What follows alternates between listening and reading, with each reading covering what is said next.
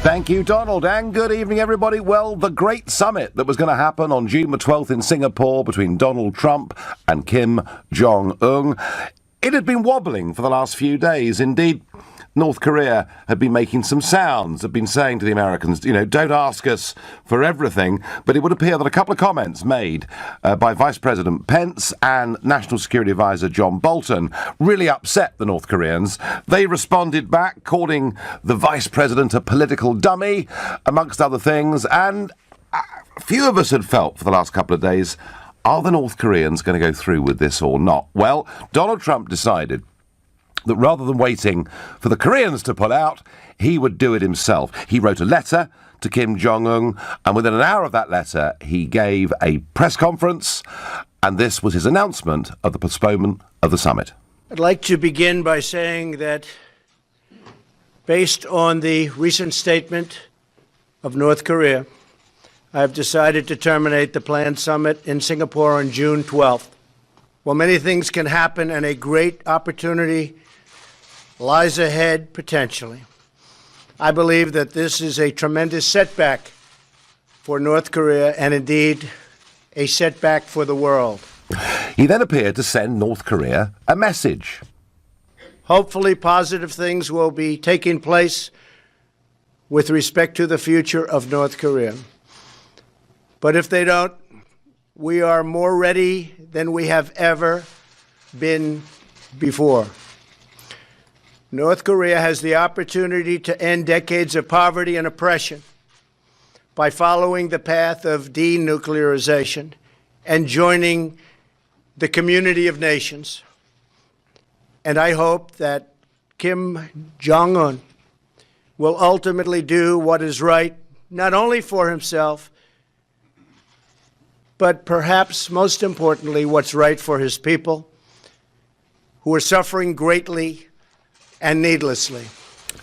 And he ended his statement with a message that gave some hope. A lot of things can happen, including the fact that perhaps, and would wait, it's possible that the existing summit could take place or a summit at some later date. Nobody should be anxious. We have to get it right. We have to get it right, is the way Donald Trump ended that press statement. So, the great anticipated summit is not going to happen on the 12th of June. And I'm wondering tonight, and I want to debate with you tonight, is this a disaster or is it just a setback? Well, before I give you my opinion, I'm going to go to Seb Gorka, the former Deputy Assistant to President Trump in the White House and long-term friend of LBC, because he used to live in London. Seb, good evening. Greetings, Nigel. Great to be back. Is it a setback or is this a disaster?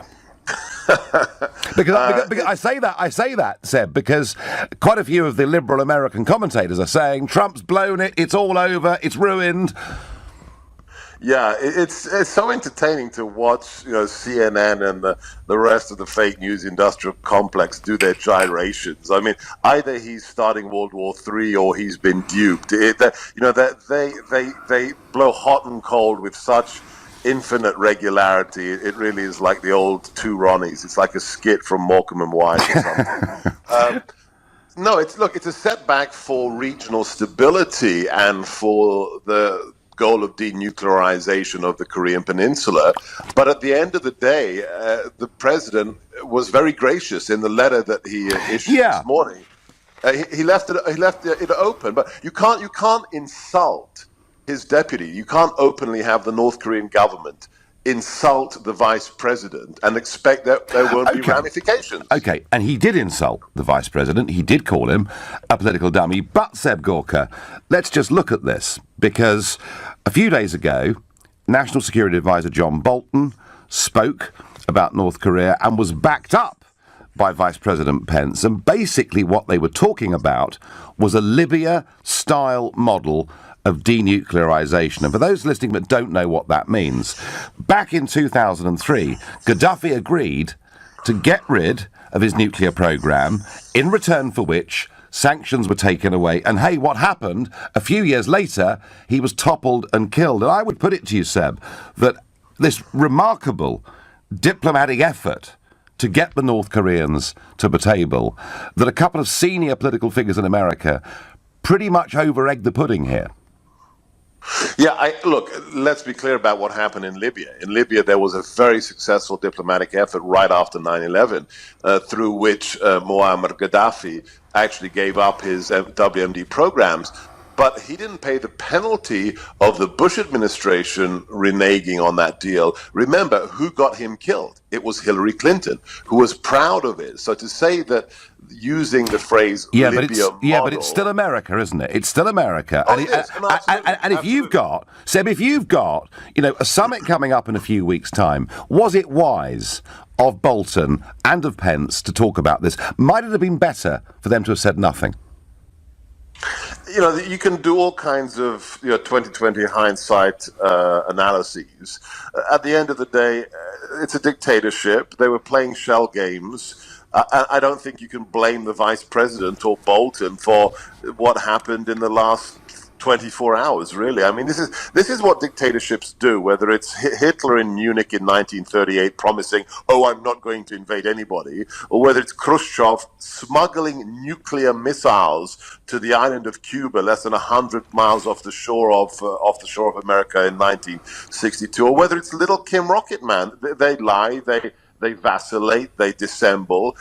So to look for a univalent answer, it's got to be Mike Pence, I just don't buy it. No, I mean, Seb, look, the point I'm making is that I know the North Koreans have been playing all sorts of games over the course of the last week, and that doesn't surprise any of us, as you quite rightly point out. I just sense that when you've got this great prize of a meeting just a few weeks away, it might have been better to use a little more diplomatic language. That aside, we are where we are. What do you think Trump will try and do next? Knowing the president, he is results oriented. So he wants to get stuff done, whether he was in the private sector or whether he's the president. So his goal remains the denuclearization of the peninsula, and finally, after 65 years, getting a peace treaty, because remember, in 1953 it ended with a ceasefire and an armistice. So the goals haven't changed, and I think that really open-ended letter provides North Korea an out, and I think we may get this back on track in a couple of weeks' time, Nigel. Right, let's really hope so. Seb Gorka, thanks very much indeed for your fast comment to what has happened today. Well, Seb Gorka making the point, you can't trust this regime. They're wholly unreliable. They say things that simply aren't true. And I don't take issue with Seb Gorka one bit on that. He's optimistic that this can be got back on track. He knows Trump wants to. He talked a little bit there about Trump's letter. And actually, in parts of the letter, Trump really was, very praiseworthy. He says to Kim Jong-un, I want to thank you for the release of the hostages who are now home with their families. It was a beautiful gesture and was very much appreciated. So there's a lot of nice things that Trump says in the letter. He does also say, well, this is Donald Trump, you talk about your nuclear capabilities, but ours are so massive and powerful that I pray to God we'll never have to use them. So again, there's that bit of carrot and stick that we've seen all the way through this. What do I think? I'm disappointed. It's not going ahead. I don't think it is a disaster. It is certainly a setback. And I think it would have been perhaps wiser if two very senior American politicians had just not responded to North Korea's taunts. They just said nothing. Maybe this meeting would have gone ahead. Maybe it wouldn't. Either way, what you see here is classic Trump.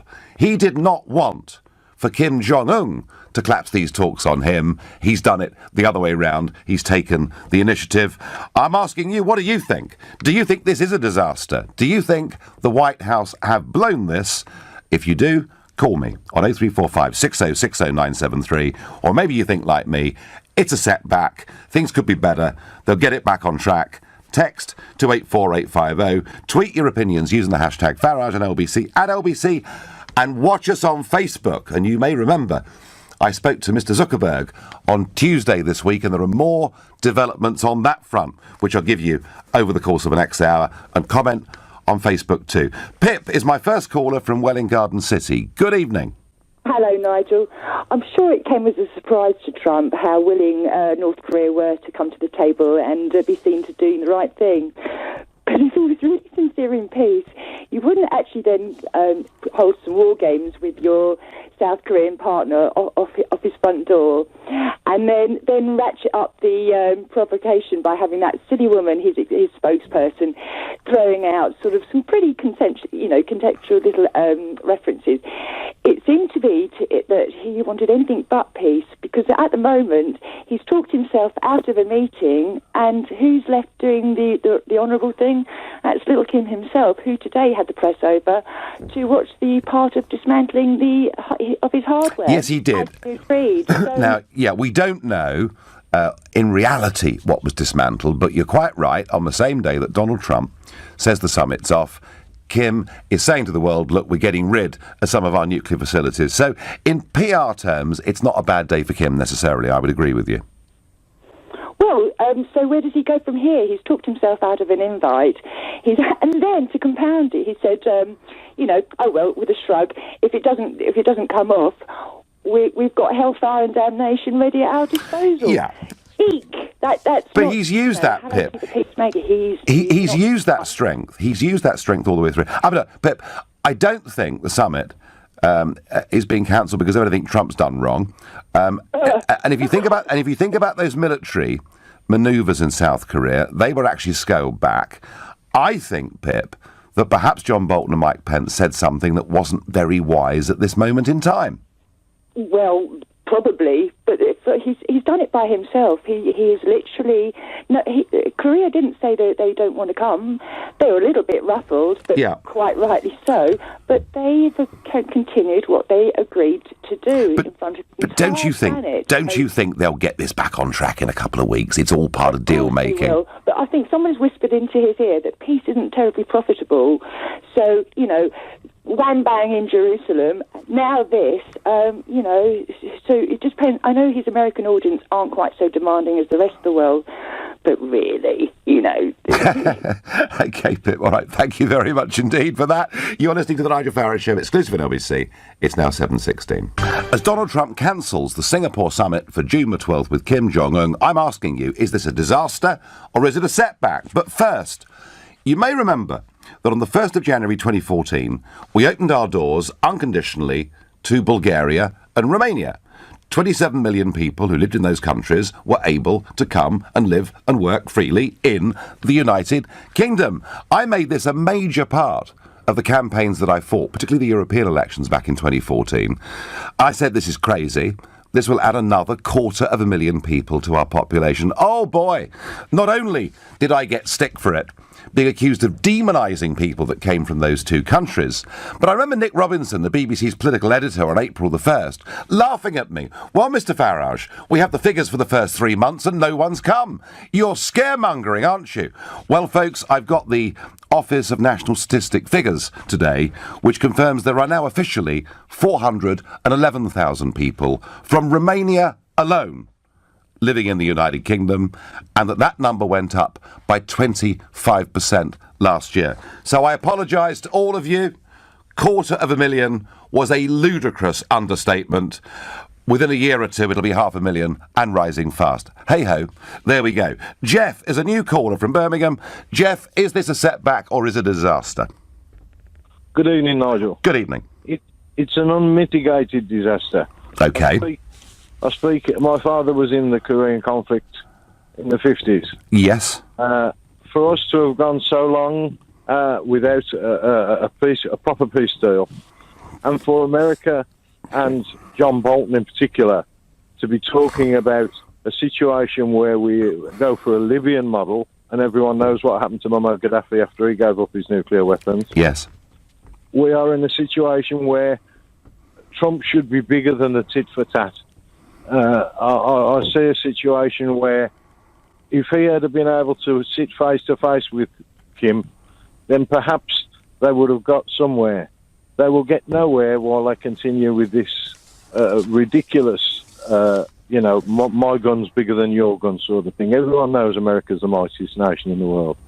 Yeah, I mean, this is not the first time, Jeff, is it? I mean, don't forget, that he was calling him Little Rocket Man, and that Kim was calling Trump old and a dotard, I think was the word that was used. So Yes, indeed. we have seen some abuse thrown back and forth. I guess it was difficult for Trump when his own vice president was called a political dummy. But, Jeff, I'm with you. I think it was unwise of John Bolton, who I like him, very much like in many, many ways, but I think it was unwise of John Bolton and Mike Pence to make any comparison with Libya at this stage. That really was red rags to a bull. Exactly. Pyongyang were going to say something. But Jeff, where I disagree with you is I don't think it's a disaster. I think it's a temporary setback. And I reckon these negotiations will be back on before very long. I only hope that you're right, Nigel, because the thing is, how long can America go on with the situation where, withdrawing from the Iran deal and all of these? It's all right being hawkish, but where has it got us? Look at the Middle East in flames.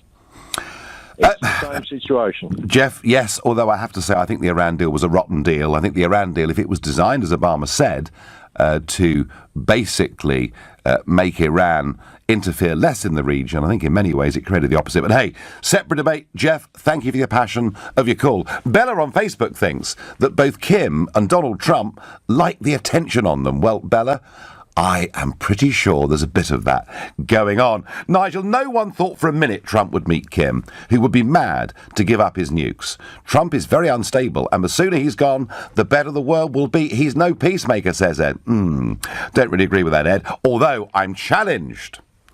Nigel, what's going to happen to the Peace Prize I get on SMS? Now, if you remember, I think I was the first person to say that by getting this summit to be agreed, Trump had achieved far more than Obama ever achieved. He was given a Nobel Peace Prize for what he might do. And I said I was going to get a collection of signatures together in the European Parliament, and we'd put it in as a nomination. But I did say, whoever sent this SMS, I would do it after the summit. So I will not be collecting signatures or putting him up for a peace prize until this summit actually happens. And let's be frank, I'm disappointed by what has happened today, but I see it as a setback, not as a disaster.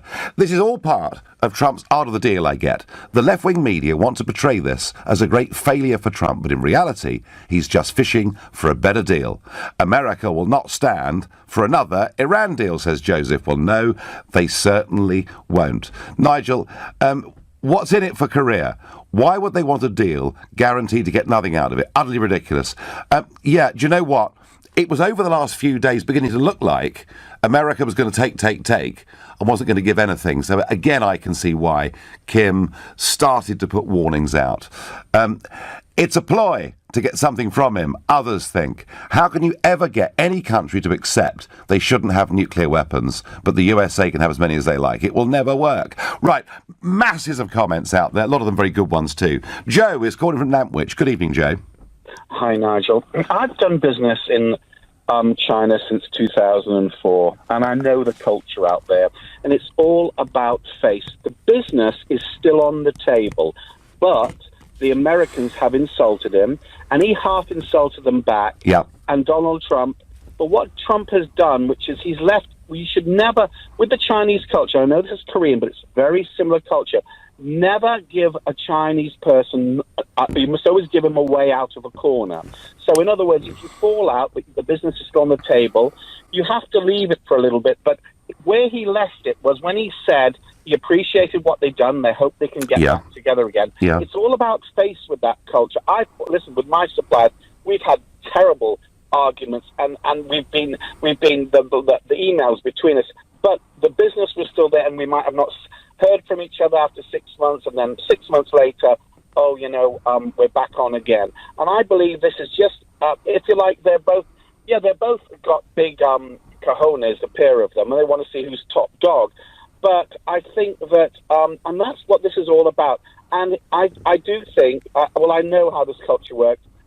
Trump will get in touch, something will happen, and Kim Jong-un, the business is still there. I believe the Koreans do want the Western ways. They want the Western money, And they want and they want the Western investment, Joe, don't they? correct. That's exactly what they want. The business is still there, Yeah. but Kim Jong Un can't be seen to be a lapdog.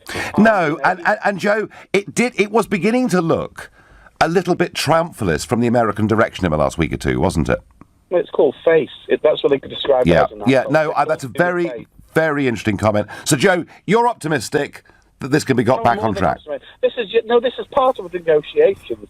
This is all just part of the same thing. They won't fall out. This is all to do with face. The Americans were wrong. The Americans were wrong what they did, and I believe that Kim Jong Un just slapped them a little bit about, and I think that it's gone from a little bit a bit over the top, but the business is still on the table. They still want to do business, the two teams. So, Joe, it's just a setback, not a disaster, yeah? It's just a setback. It's just part of negotiation. Thank you, Joe. Great call. Thank you. And Joe there saying he knows that culture. People have to be given the chance to have an honourable way out of things. Ed is a new caller from Chingford. Good evening, Ed. How are you doing, Nigel? I'm doing well. I think it's just a setback, Ed. What do you think?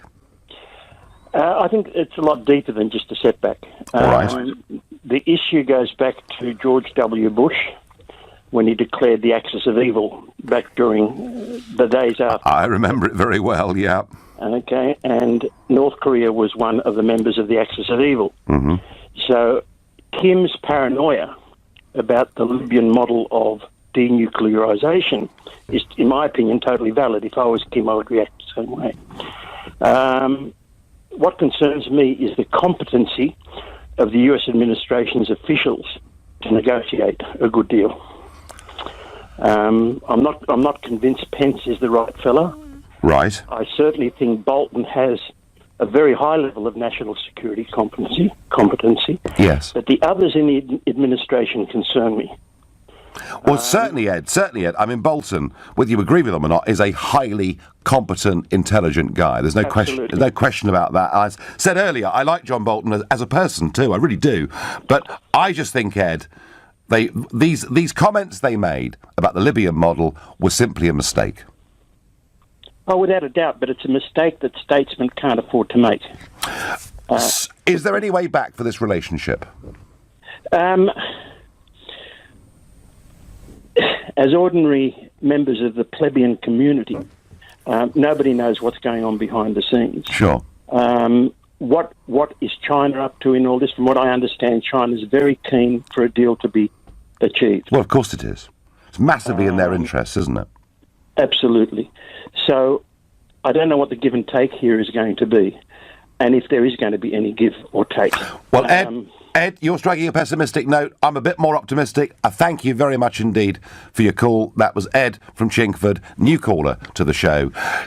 You're listening to The Nigel Farage Show here on LBC. It's now 7:30. I'd like to begin by saying that based on the recent statement of North Korea, I've decided to terminate the planned summit in Singapore on June 12th.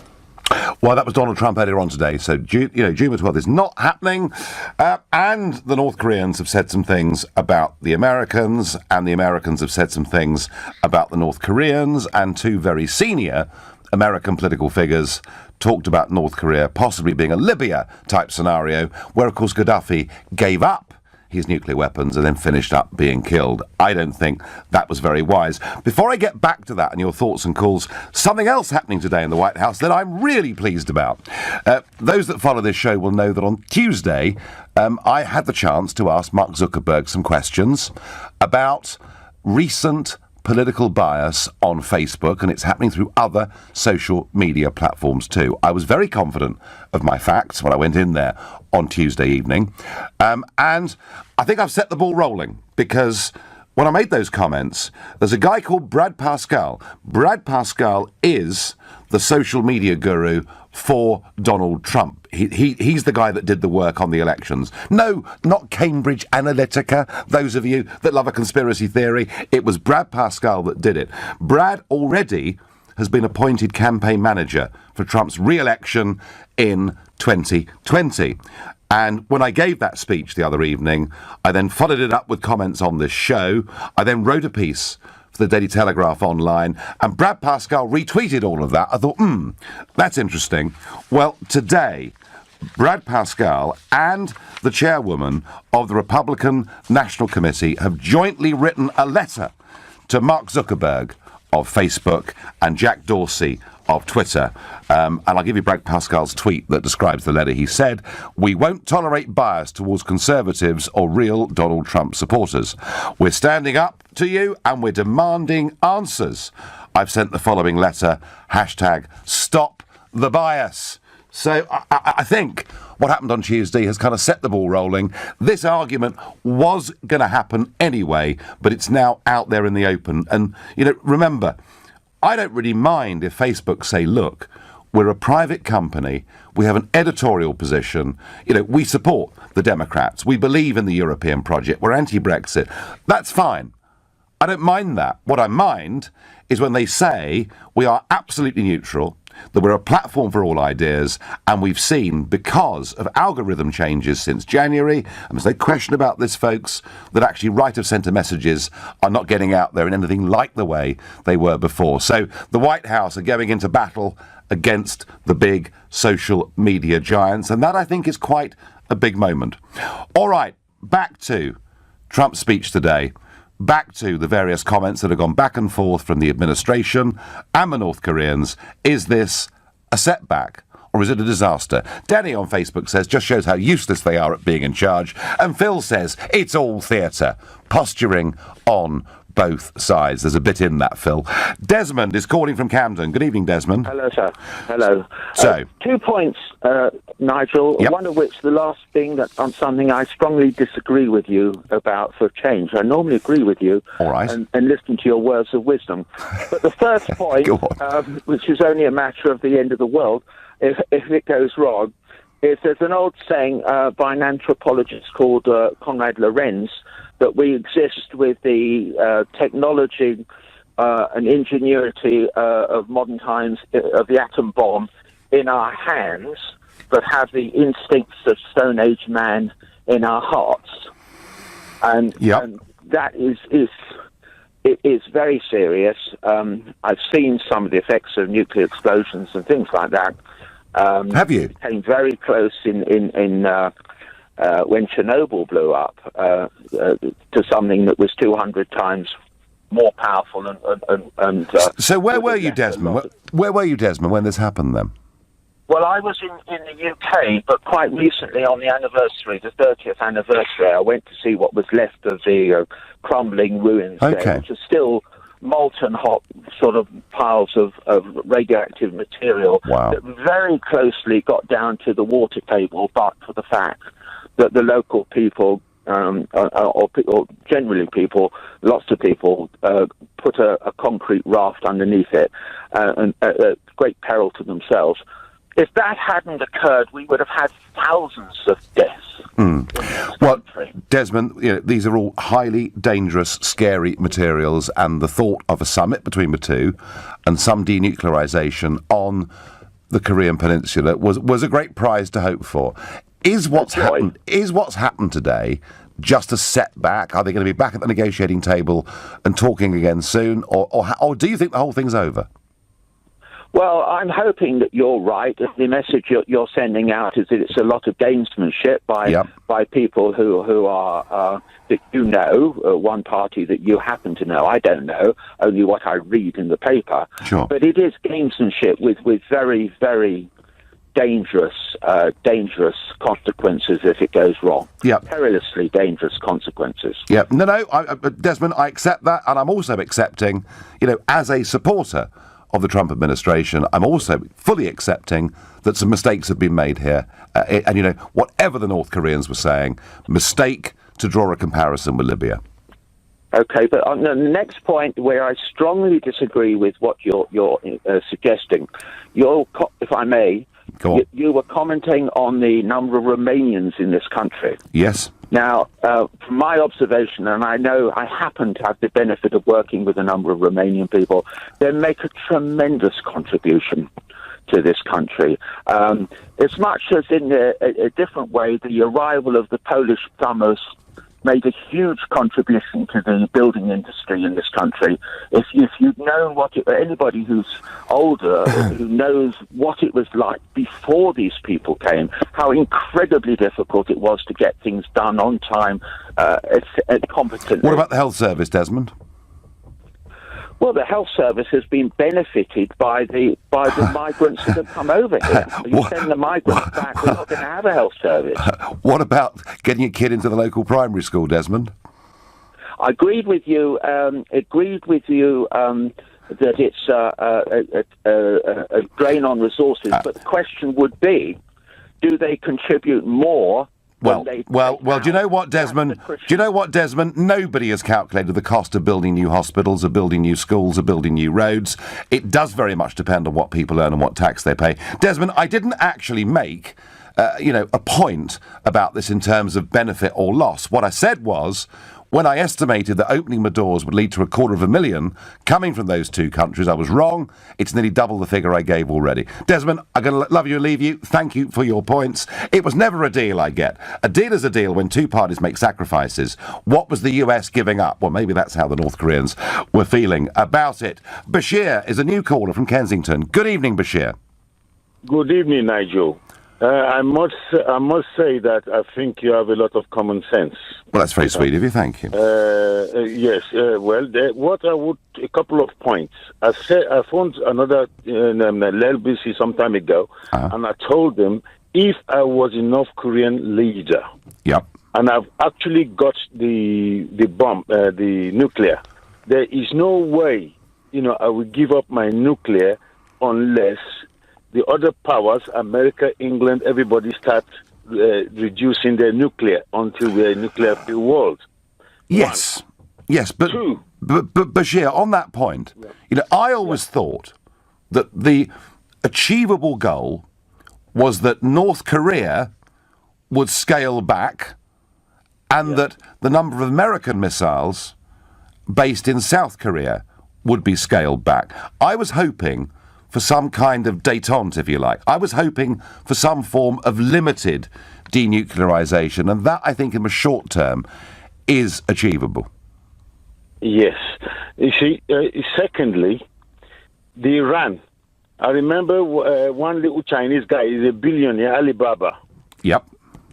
He said that when you get all these countries like Iran get involved in business, and your businesses are intertwined together heavily, there's no way they can go to war. And I felt that the step they made about the Iran deal, is that they've got the foot in the door.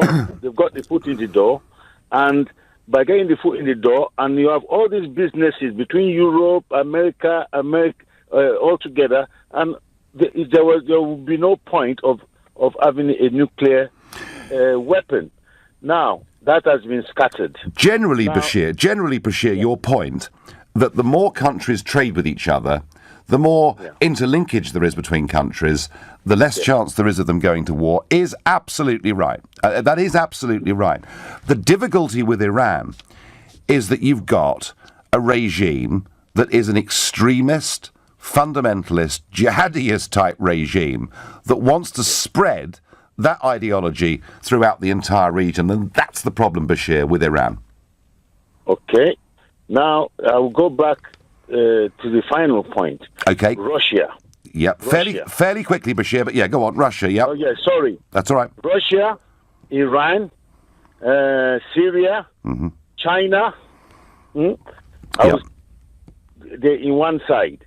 You have America, England, France, Germany's got no weapons, I don't think, right, on one side. And Putin, he is the game player there. He's looking what is going on. And there is no way, that they said Kim went to China. There is no way, they saw what's happened in Libya, which they said themselves, and everything like that. There is no way China is going to allow America near their borders. And there's no way Russia. Russia is the big player here. And personally, I believe Russia has got more firepower than America. That is between the two countries. I doubt That's that. what I doubt that, and I think a lot of Russian kit's getting a bit old. But hey, Bashir, quickly for you a question. Do you think these talks and the prospect of a summit will be back on the table before long, or do you think what's happened in the last 24 hours has finished it off? Well, I think it will be back as long as they don't talk about removing, getting rid of his nuclear unless America does it. No, I get that. I get that. No, point well made, Bashir. Thank you very much indeed. You're listening to the Nigel Farage Show, exclusively on LBC, and it's now 7:46. Is it just a setback, or is it a disaster that Donald Trump today has postponed? I think we'll use the word postponed rather than cancelled. The 12th of June summit that was due to take place in Singapore with Kim Jong-un. On Twitter, Lewis says to me, this is a disaster. As soon as the Libya model was mentioned by Bolton, it spooked the North Koreans. Trump should have sent a strong message that this is not the USA's position by firing Bolton, maybe.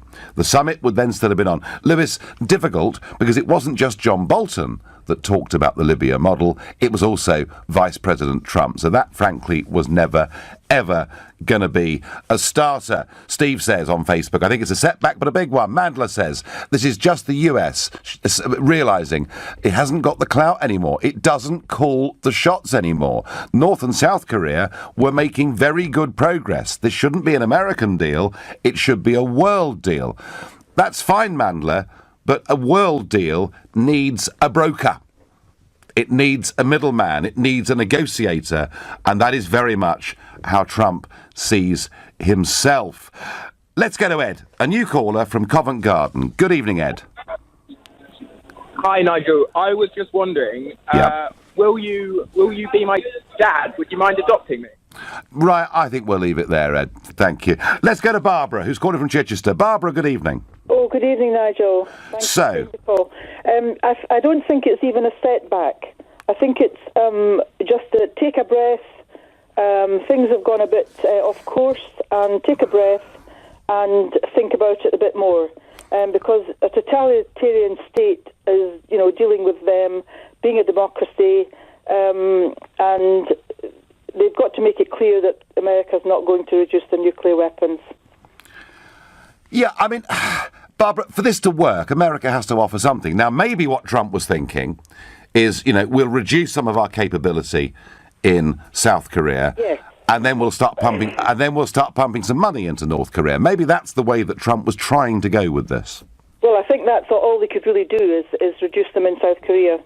Yeah, but that of itself, a reduction in South Korea, a big scaling back in North Korea. I don't think North Korea are unilaterally just going to completely give up their nuclear weapons. I wouldn't have thought. I don't think so. And I think that all you can really do is, all Trump can really do is do what he can to have a peaceful outcome and try and reduce the weapons just to an extent. Yeah. But Barbara, you basically think that what has happened here is all part of the negotiation process, yeah? Yes, I don't see it as being... it's just such a huge thing. I think they've just had to take a breath. And do you, Barbara, agree with me that for two very senior figures in the administration to have used the analogy of Libya was a mistake? Absolutely. Yeah, good. Barbara, thank you very much indeed for your call. I hope you're right that it's just a setback. But even mentioning Gaddafi in the same sentence as Kim Jong-un, it isn't very smart, is it? Says Ulrika from Chiswick in West London. No, Ulrika, I agree with you. I don't think it is very smart. Let's see what John in Hailsham makes of this. Good evening, John. Yeah, good evening, Nigel. I'm a regular listener to your good self and LBC, and I would like just to state I always find you're totally professional and courteous with every caller, even the ones that don't agree with you. I mean, clearly it's a great setback that this meeting between Trump and North Korea will not now take place, but at the end of the day, I think full credit has to go to Trump to at least bring some kind of sanity to the political world arena of today. Now, John, you say sanity, that Trump is bringing sanity. And I say Trump is bringing common sense, and he's bringing, a business negotiator's way of doing things. And actually, by not appeasing regimes, by standing up to them, you get results, it seems to me. But, John, I've got to tell you, there's a whole host of global media think he's a nutcase. At the end of the day, Nigel, let's face the facts of where we are. Clearly, America could destroy North Korea at any time it chose to. So let's just hope that some sort of logic does prevail over this. Fire and fury like the world has never seen. And I think that, plus getting the Chinese, Trump getting the Chinese to put real sanctions on North Korea, that's what got us to where we are. So, John, just a setback, not a disaster, yeah? Yeah, I think you're right, Nigel. The fact is, obviously, we've got so many tin pot dictators that have sprung up around the world, and at the end of the day, America lets them have a little bit of a free run for a while. But if America does decide enough's enough, obviously they can wipe them out any day they want. So reality should obviously prevail over this, and North Korea should obviously come to the negotiating table, and logic should prevail. Yep, well, let's hope so. John, I thank you, and thank you for your kind words as well. I was worried there when John said, you're normally so polite with the callers. I wondered what he was about to say, but he didn't. I thought he was going to kick me hard. Jazz is calling from Crawley. Good evening, Jazz.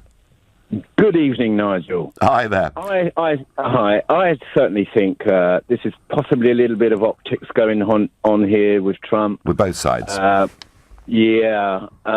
Just perhaps to keep the media interested in this. But I certainly think it's going to happen.